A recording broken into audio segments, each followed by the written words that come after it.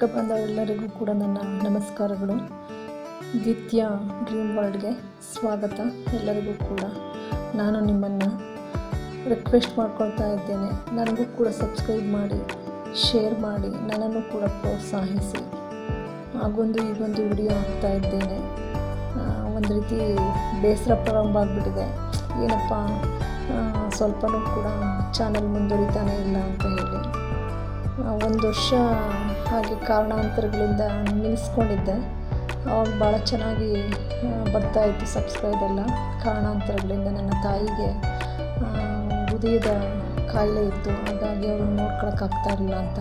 ಆನಂತರ ಮತ್ತೆ ಮುಂದುವರಿಸೋದಕ್ಕೆ ಪ್ರಾರಂಭಿಸಿದೆ. ಒಂದು ವರ್ಷದಲ್ಲಿ ಯಾಕೋ ಅಷ್ಟಾಗಿ ಪ್ರೋತ್ಸಾಹ ಕಂಡು ಬರಲಿಲ್ಲ.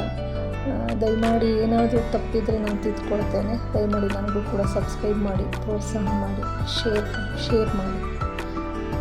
ಈ ದಿನ ನಾನು ಮಾವಿನಕಾಯಿ ಚಿತ್ರಾನ್ನವನ್ನು ಮಾಡೋದನ್ನು ತೋರಿಸ್ತಾ ಇದ್ದೇನೆ. ಸಾಕಷ್ಟು ಜನ ಮಾಡಿರ್ತೀರ, ಒಬ್ಬೊಬ್ಬರದ್ದು ಕೂಡ ಒಂದೊಂದು ರೀತಿಯಾದಂತಹ ರುಚಿ ಇರ್ತದೆ. ನನ್ನದು ಕೂಡ ಒಂದು ಬಾರಿ ರುಚಿಯನ್ನು ಸವಿದು ನೋಡಿ.